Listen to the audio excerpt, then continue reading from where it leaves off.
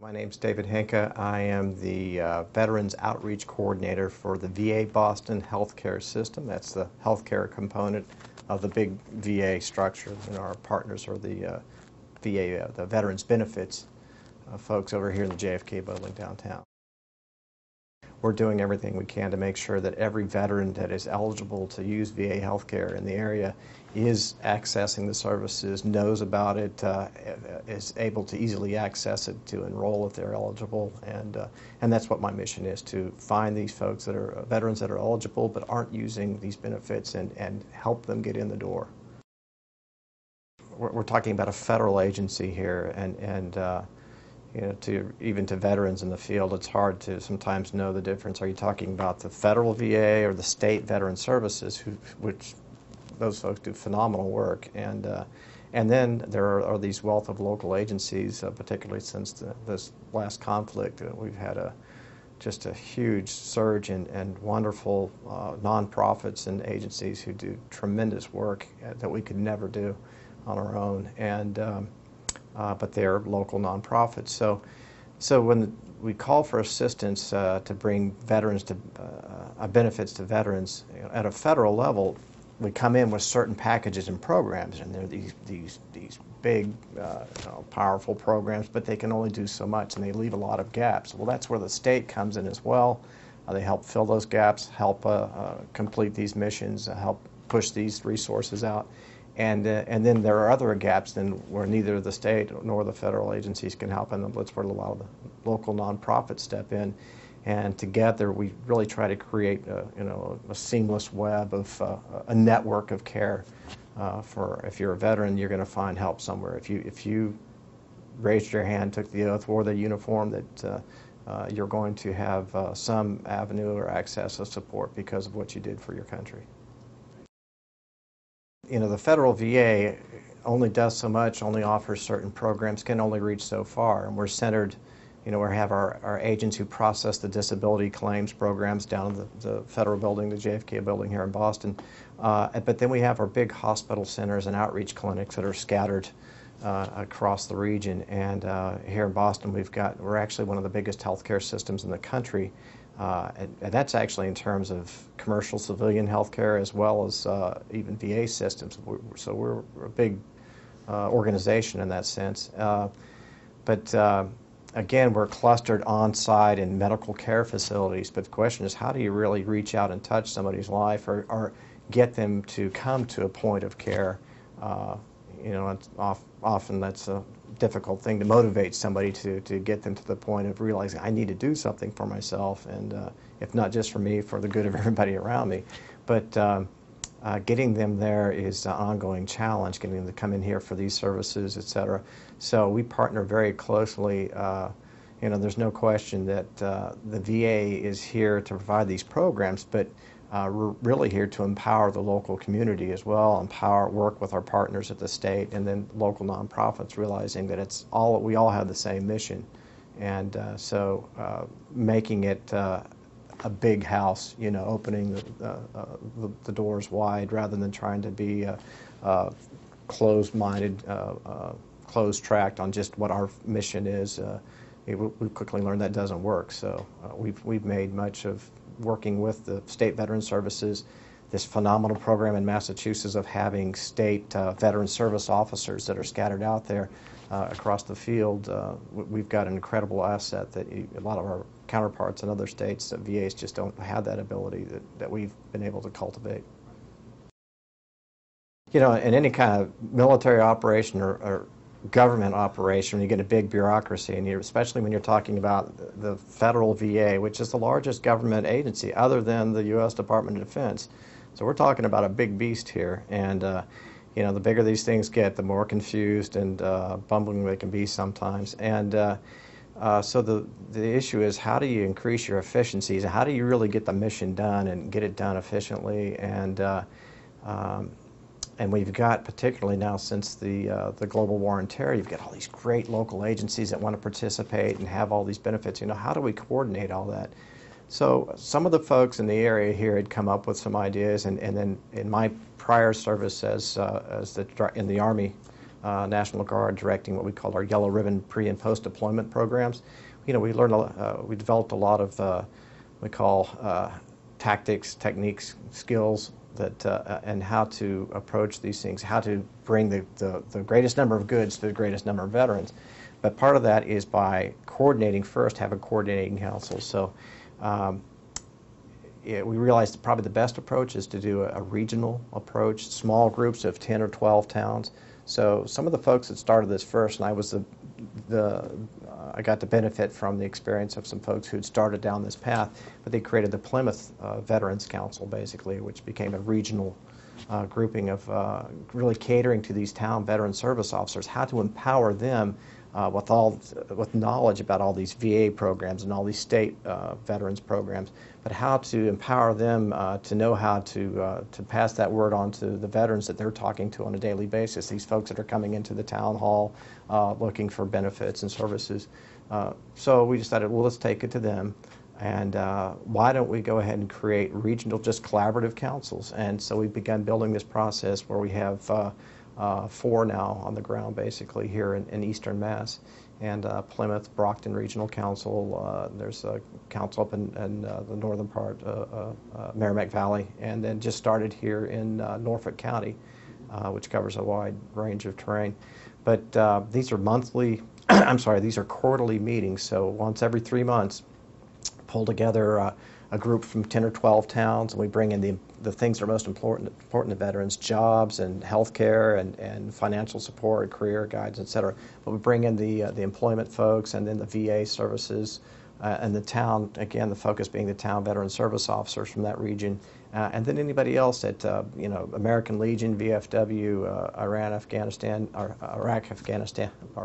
Afghanistan vets who any of these associations that would benefit by meeting together, doing a 4-hour talk through of what is everybody doing, what's going on, what kind of events are happening in the region, and then coordinate an approach to how can we better deliver goods and services. So, hey, let's have a Veterans Expo. Okay, well, does every town in the region need to have one, and just completely wipe ourselves out with an effort to do 10 different events? Well, no, let's plan one, one every 3 months or every 6 months or so, and let's get 3 or 4, 5 towns in the region together, and we'll do one over in this town here this time.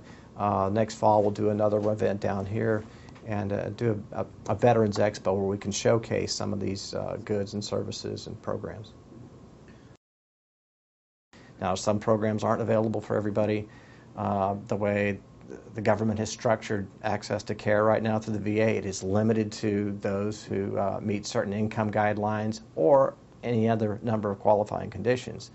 A lot of times that upfront message from the VA is, yes, we're here to help you, we've got all these benefits and programs. However, it's geared to those who are most in need financially, et cetera. So there's a category of veterans who served and served honorably, but given their amount of income, et cetera, at first look, may not necessarily be eligible for health care. However, because of their income. However, there are ways to work with that and realize, oh, you have other qualifying conditions, whether you serve somewhere, you were combat wounded, or just whether you had things happen to you while you were in service. Well, those are disabilities that you are eligible to receive benefits and compensation for, which also then opens the door to use VA health care. So first look, sometimes the thoughts that, well, it's too complicated, or I can't get in, they tell me I'm not eligible, that may not necessarily be true. So that's one of our tasks, is to get that word out, help folks negotiate the maze sometimes. The VA entrance requirements, if you will, the income eligibility is at a flat rate across the country. So that means somebody in Alabama matches their income against somebody in Massachusetts. Well, the federal government looks at it as one level. Of course, we know it's much more difficult to live in certain areas of the country, high income areas, and so we find in New England it's a challenge because a lot of our veterans are over the income limit, and I think that would be something that the government, I think it would be helpful if they maybe made an adjusted rate for the different geographic areas. But beyond that, of course, they're dealing with all the other issues right now about hiring extra docs or whatever they need to do to help open the doors even more.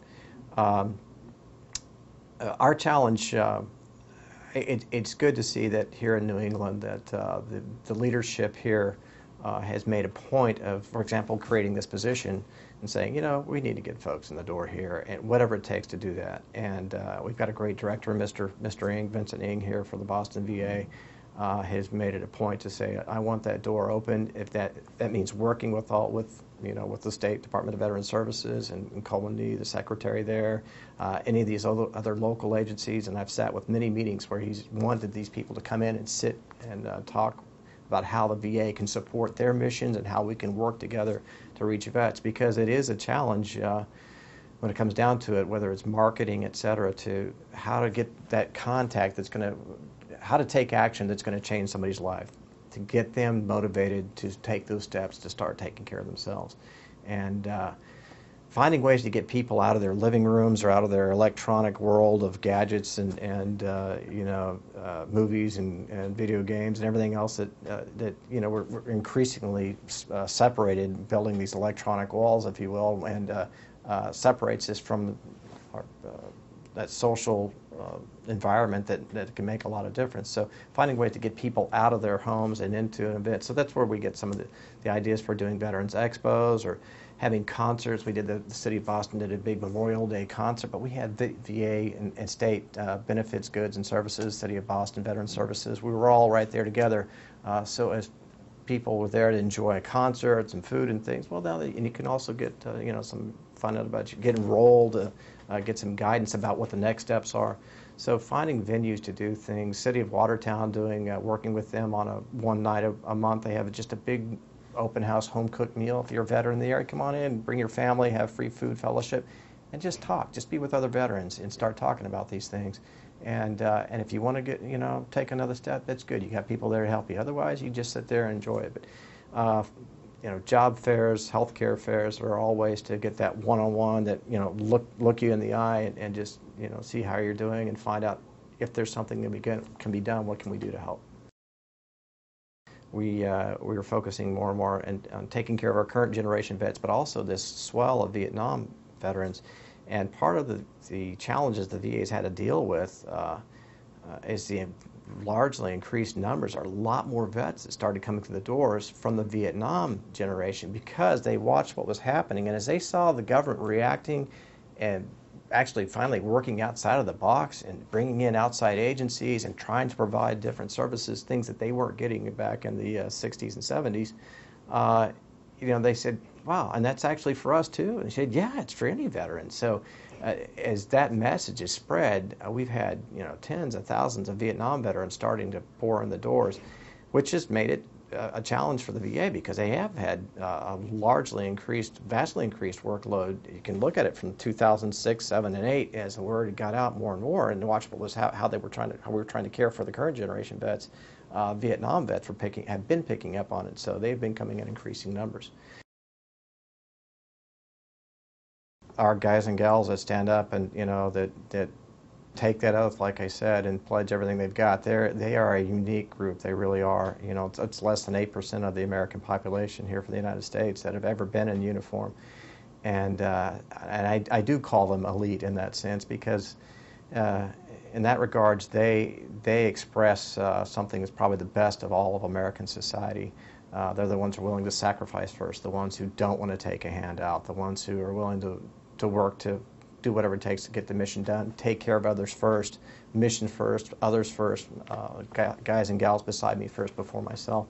So getting them to understand, veterans sometimes to understand that, because of your pledge of your commitment, which includes up to and including your life, given that war fighting is our mission, and along with nation building, et cetera. But that can, it's a dangerous vocation. And because of your commitment to do that at one point in your life, you've earned these things. So you need to take advantage of them. The government set it aside. It's sitting there. If we don't use it, one, it's likely to go away. And two, these are benefits for families as well. The care, the money that people save by using VA programs or even the state programs, anything that's out there for them, the money they save doing that, it can only benefit the folks around them as well.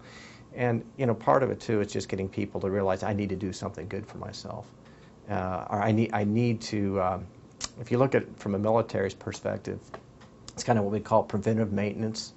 Uh, every military person knows the first thing you do, and they teach us from day one, is that you don't run, take a nap, and go out to eat first. After a mission, the first thing you do is you take care of your equipment, your vehicles, your weapon systems, communications, anything that you're responsible for. Those things have to be up and running first. Then you take care of yourself. But when it comes down to it, us as human beings, we are mental, emotional, spiritual, physical, work on the same way. We need to be calibrated, and we need to be that regular maintenance as well. And that's where healthcare comes in. Hadn't always thought of it that way, but as you think about it, it really is roughly the same system. So a lot of veterans will say, or any of us will say, well, I don't need to worry about it. When I break down, I'll go and take care of it. But as I've met a couple of great veterans, they said, so you're telling me you come back from a patrol in Vietnam and you take your machine gun and throw it in the corner and run off to the chow hall or go watch a movie? Like, no, first thing I did was, clean that thing up, make sure it was working. And same principle. Look, you've been given this great gift, and here's this body that you've got to rely on. You're just going to wait for it to break down? And I've had so many veterans just watch that light bulb turn on and pop on. They said, yep, sign me up. I need to go into the VA. I need to go in and start getting my health care, get some things taken care of.